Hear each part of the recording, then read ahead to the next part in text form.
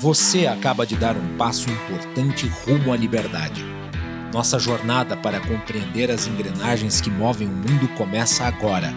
Seja bem-vindo ao primeiro episódio da série O Dia Depois da Eleição. Foram incontáveis horas na produção de um material exclusivo e voltado para você, brasileiro cansado de pagar pelos erros do governo. Será uma série de 5 episódios totalmente gratuitos. E você, que quer ter acesso completo, fique atento ao conteúdo exclusivo. Serão mais de 10 horas de aulas com grandes especialistas da análise política e financeira. Você, que compreende a importância de investir em conhecimento, sabe que não se trata apenas de proteger o seu patrimônio e aproveitar as grandes oportunidades. Se trata de solidificar o conhecimento que te permite a liberdade financeira. Não fique de fora e garanta agora o conteúdo exclusivo com promoção de lançamento. A Liberta criou uma condição especial e permitiu que disponibilizássemos todo esse conteúdo até o dia 27 de junho. Depois disso, a página de inscrição sairá do ar. Mais do que estar um passo à frente, você estará permitindo que o Brasil Paralelo crie mais séries como essa que você assistirá agora e siga sua jornada em busca da conscientização do povo brasileiro. Aproveite o primeiro capítulo da série e esperamos você na plataforma exclusiva para construirmos o futuro do seu investimento.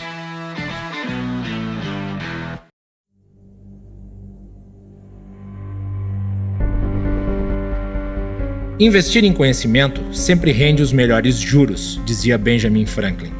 Nos dias de hoje, essa afirmativa não poderia ser mais verdadeira.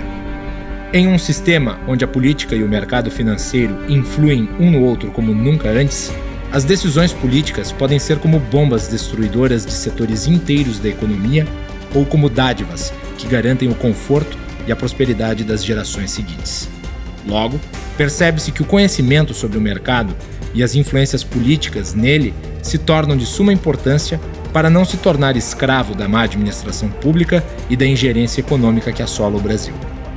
A capacidade de antecipar impactos da política no mercado pode definir o futuro da sua situação financeira. Aprender como se dá o jogo entre mercado e política e como se tornar um participante ativo das engrenagens que movem o mundo. Na série O Dia Depois da Eleição, vamos examinar, junto com Leandro Ruschel, como essa relação acontece e como agir diante dos cenários impostos pela política, como se proteger do governo e como agir de maneira efetiva no mercado.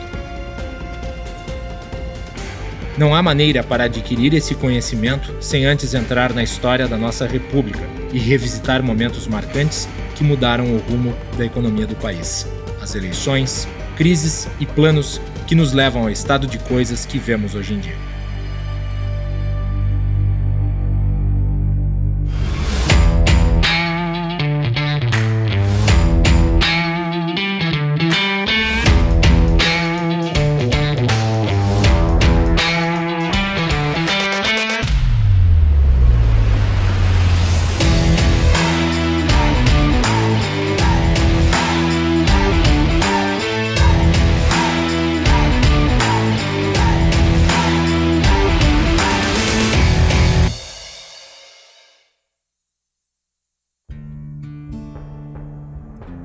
Nós estamos falando aqui de dias que mudam a direção do país, seja pela eleição de um novo presidente ou pela mudança do regime político, ou por fatores externos que mudam completamente a realidade política, econômica e social.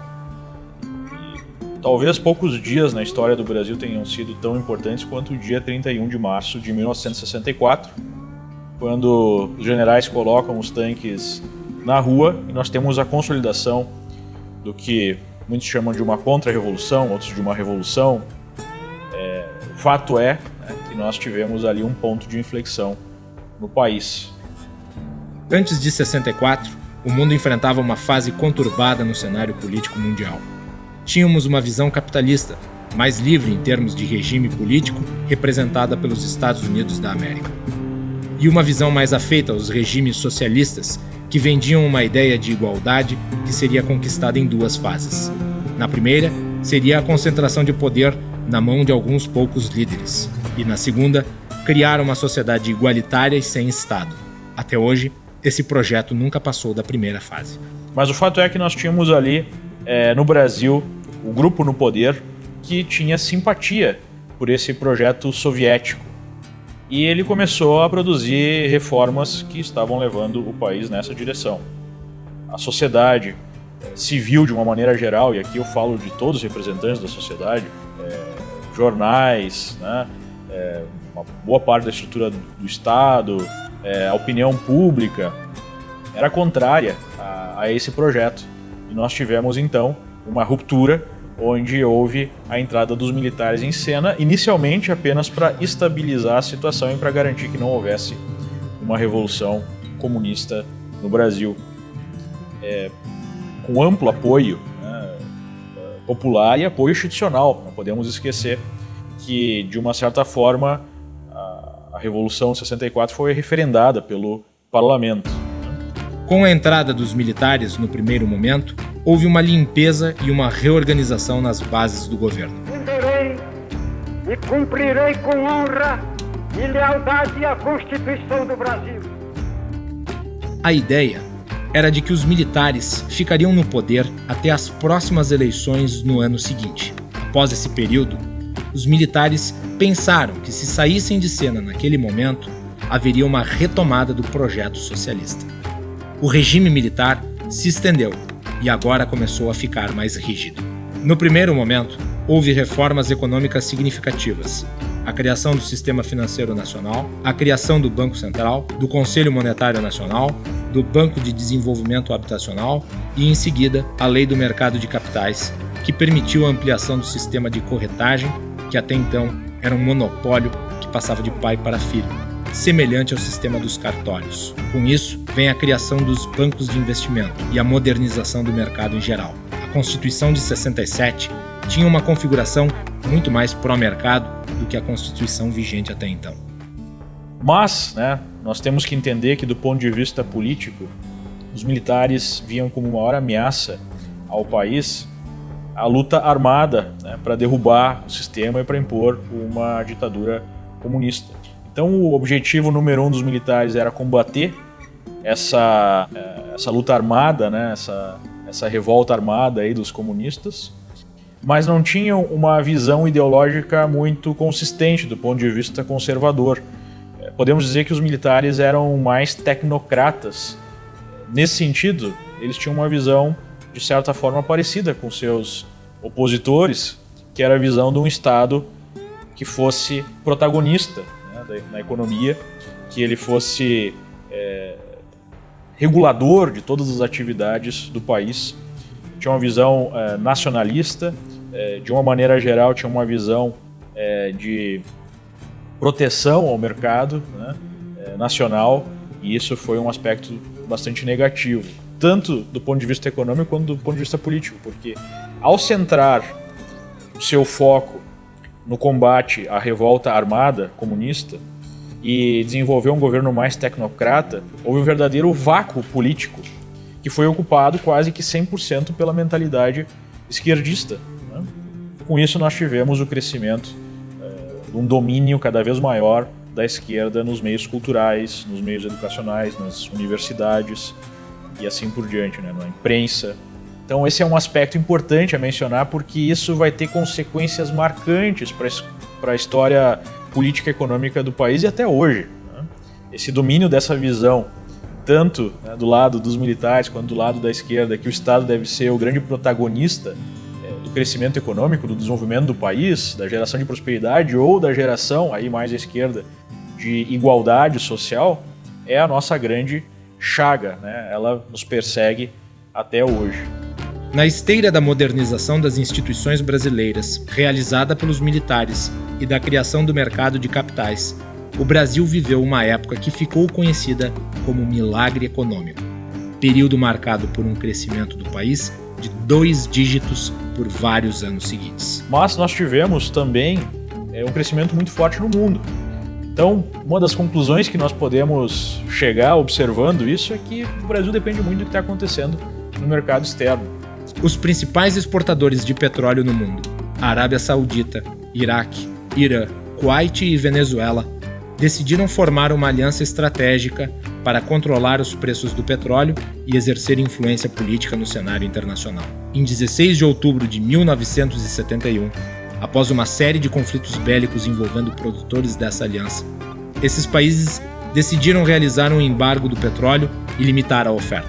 Com a oferta limitada, os preços do barril de petróleo atingiram valores altíssimos, chegando a aumentar até 400% em 5 meses. A crise gerou recessões pelo mundo e foi especialmente dura com o Brasil. E aí nós vemos, um outro efeito dessa mentalidade estatizante brasileira. Nós já tínhamos naquela época a Petrobras, uma empresa estatal. Desde a época de Getúlio, do petróleo é nosso, nós não abrimos esse mercado, nós não diversificamos esse mercado. Uma empresa com monopólio estatal controlada pelo Estado, aí com as suas ineficiências. Talvez, se a escolha tivesse sido pela abertura desse mercado, o Brasil não seria tão dependente da importação do petróleo. Nós tivemos, então, a partir disso, uma fase de crescimento mais limitada e o golpe de misericórdia em termos de fim, digamos assim, do movimento de expansão da economia do regime militar foi um novo choque do petróleo que aconteceu em 1º de fevereiro de 1979, quando nós tivemos o Ayatollah Khomeini chegando ao Irã, depondo, finalmente, o Shah Reza Pahlavi e impondo um novo aumento no preço do petróleo por conta da instabilidade no Oriente Médio. E a partir daí nós tivemos, de fato, o aumento mais acelerado da inflação, um desarranjo nas contas públicas, e nós tivemos uma fase que começou a ser mais intervencionista, estabelecendo a fase final do regime militar. Mas enfim, nós tivemos a partir então dessa última fase do regime militar um esgotamento do modelo econômico, um esgotamento do modelo político, e isso tudo fomentou a ideia de abertura do regime, que talvez culminou numa campanha que foi conduzida aí por Ulisses Guimarães e uma série de outras figuras políticas que já dominavam a cena política nacional, pelas diretas já, em 84. As diretas já não foram, não tiveram sucesso, e aí nós tivemos a eleição indireta do então candidato a presidente Tancredo Neves, que ganhou com amplo apoio popular. Era um candidato muito popular porque ele representava, de fato, o primeiro presidente civil depois de um longo período militar, e provavelmente se houvesse uma eleição direta ele seria o candidato e possivelmente seria o vencedor. Mas enfim, nós tivemos ali o marco de final do regime. Isso aconteceu, uma nova data, 15 de janeiro de 1985. Infelizmente, no Brasil, como aconteceu em muitas ocasiões, nós tivemos muito azar. O Tancredo Neves ficou doente, desenvolveu aí as complicações de uma diverticulite, até porque ele tinha interesse em ser, de fato, empossado, e deixou o tratamento do seu problema de saúde para depois. Isso complicou a sua situação e ele passou aí por um longo calvário, praticamente um mês doente, com toda a imprensa, o país acompanhando aquele drama do primeiro presidente que marcaria o final do regime militar, apresentando aí uma doença e vindo a falecer. Devido aos arranjos políticos da época, quem assumiria a presidência seria um infame personagem conhecido pelos brasileiros: José Sarney, vice da chapa de Tancredo Neves. Sarney assume com a popularidade em baixa e já no começo de seu governo se vê com um enorme desafio pela frente: a inflação. Basicamente, o Sarney, acossado aí pela falta de legitimidade, resolve seguir um caminho mais populista, acreditando que a solução para a inflação seria algo como tabelamento de preços, desindexação e manutenção aí de gastos governamentais em um nível muito elevado. Seguido, em 86, nós tivemos o Plano Cruzado, que aparentou um primeiro sucesso, já que você tinha tabelamento de preços, e em seguida nós tivemos uma eleição onde o PMDB ganha então 22 dos 23 estados, eleições para governador, uma lavada, talvez a maior lavada eleitoral da história brasileira em termos de um partido concentrando o poder. Após essa eleição, aconteceu um pacote, né? Era um novo pacote fiscal que objetivava aumentar a arrecadação do governo em cerca de 4% do PIB, através da elevação do IPI sobre automóveis, cigarros e bebidas, e um tarifaço nos preços públicos, atingindo gasolina, energia elétrica, telefone e correios. Então, percebam, né, que se mantém a volta da lógica que você precisava criar voos de galinha, né, ciclos de prosperidade artificial para produzir vitórias eleitorais, e depois dessas vitórias eleitorais você tem ajustes urgentes a fazer. Mas basicamente, após esse plano cruzado e uma certa arrumação da casa, né, pelo seu fracasso, nós tivemos uma sequência de planos no governo Sarney com a manutenção de inflação num nível altíssimo, né, mais de 2 dígitos ao mês, e uma ciranda que era para inglês ver. Você tinha aí nominalmente uma taxa, né, de impostos na economia relativamente baixa, mas o governo se financiava através da inflação. E aqueles que diziam que defendiam o social para manutenção de gastos do governo muito acima do que era possível, na verdade impunham aos miseráveis o imposto mais horrível de todos, né? Que eles não têm como se defender, que é o imposto da inflação. Então, nós tivemos essa chaga sendo mantida na economia brasileira por muitos anos, a chaga da inflação. Nesse contexto, em meio a crises e turbulências fiscais, uma reestruturação aconteceu ao mesmo tempo. O Congresso votou e aprovou a atual Constituição brasileira, a 7ª Constituição criada desde a independência do Brasil e a 6ª desde a mudança para o sistema republicano em 1891. Essa Constituição ela foi aprovada com base, né, de constituintes aí, que tiveram uma origem no estelionato eleitoral do Plano Cruzado, mas com uma mentalidade ainda pré-queda do Muro de Berlim.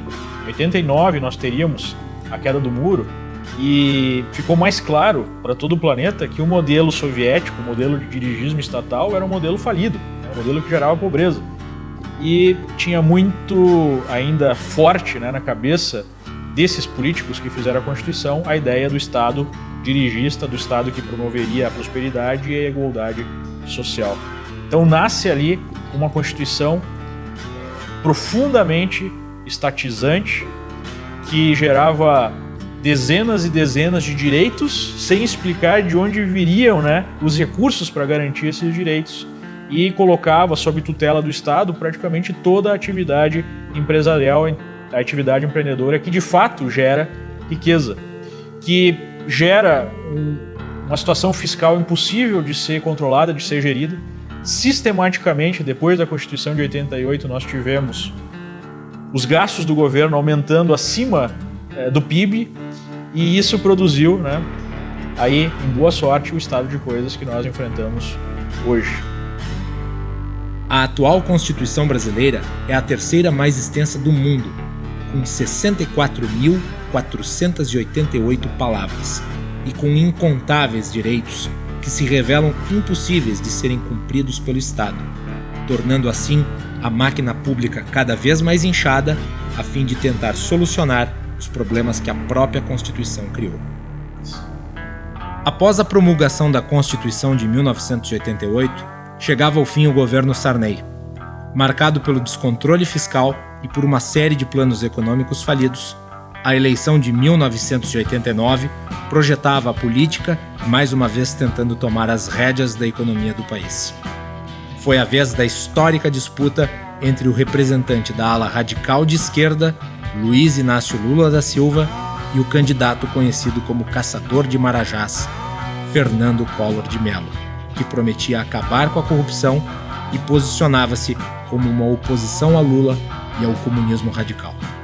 Após uma disputa acirrada, marcada por calorosos debates políticos, Collor vence as eleições no segundo turno com 53% dos votos. E a primeira coisa que ele fez no dia 16 de março de 1990 foi lançar um plano econômico que, de forma contrária à sua promessa de campanha, estabelecia um confisco da poupança nacional, algo que ele acusava o então candidato Lula a querer fazer. Foi um grande trauma nacional, foi algo que gerou um sofrimento gigantesco na população, gerou uma recessão imediata. Inicialmente nós tivemos um arrefecimento da inflação que voltou posteriormente com ainda mais ímpeto, da mesma maneira que tinha acontecido nos planos anteriores.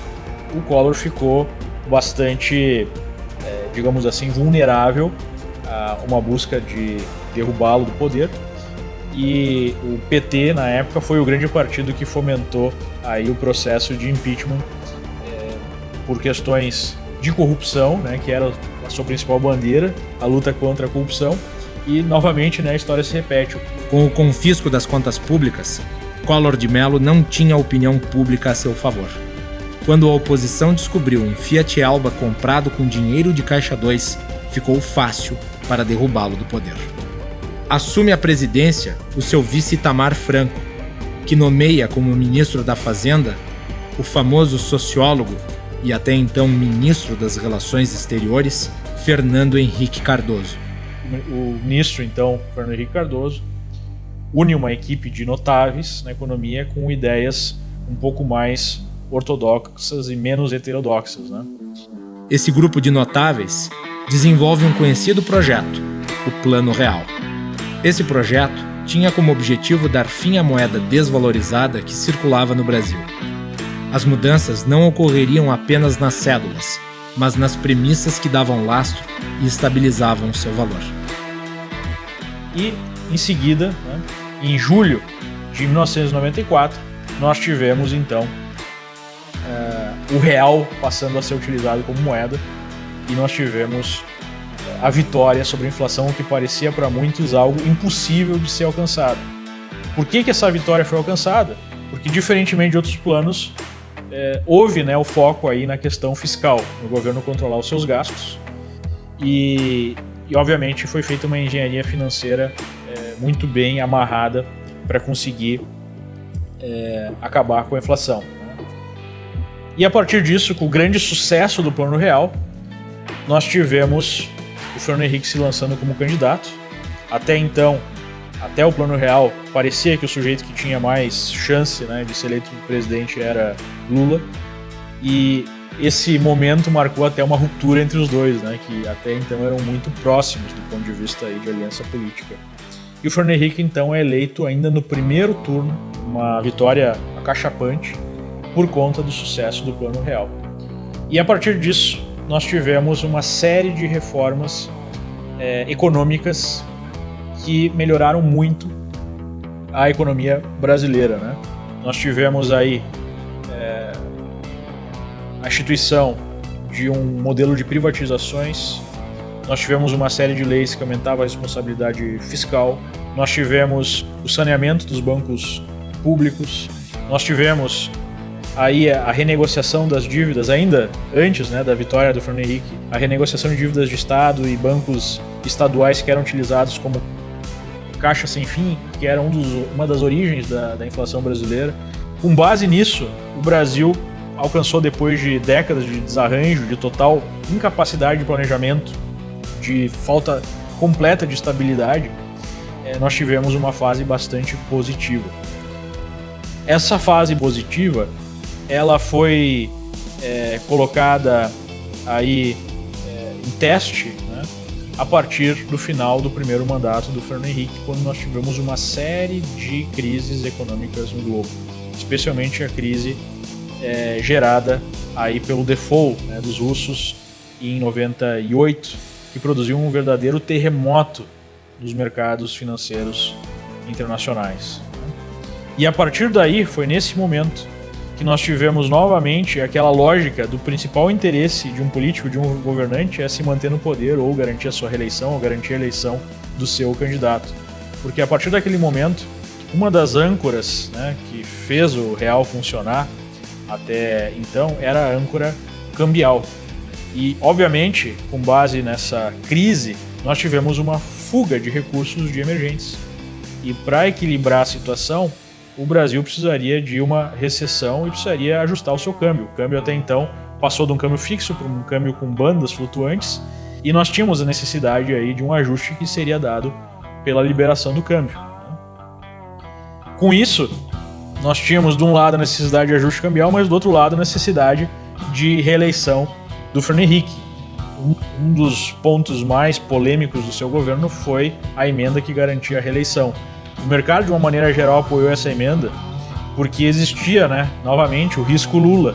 A expectativa é que, se não fosse uma figura como o Fernando Henrique, nós poderíamos ter a vitória do Lula, e o Lula até aquele momento, desde 89, ainda tinha uma plataforma extremamente radical, de esquerda, prometendo não pagar a dívida, prometendo rasgar contratos, desfazer privatizações, enfim, aquela história toda que nós já conhecemos.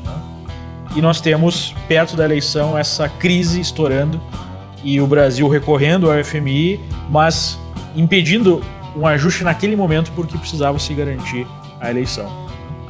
E é aí que surgiu uma grande oportunidade para quem tinha o mínimo de conhecimento de como o mercado funcionava, de como a política funcionava, porque era óbvio, que nós teríamos um ajuste cambial logo após as eleições.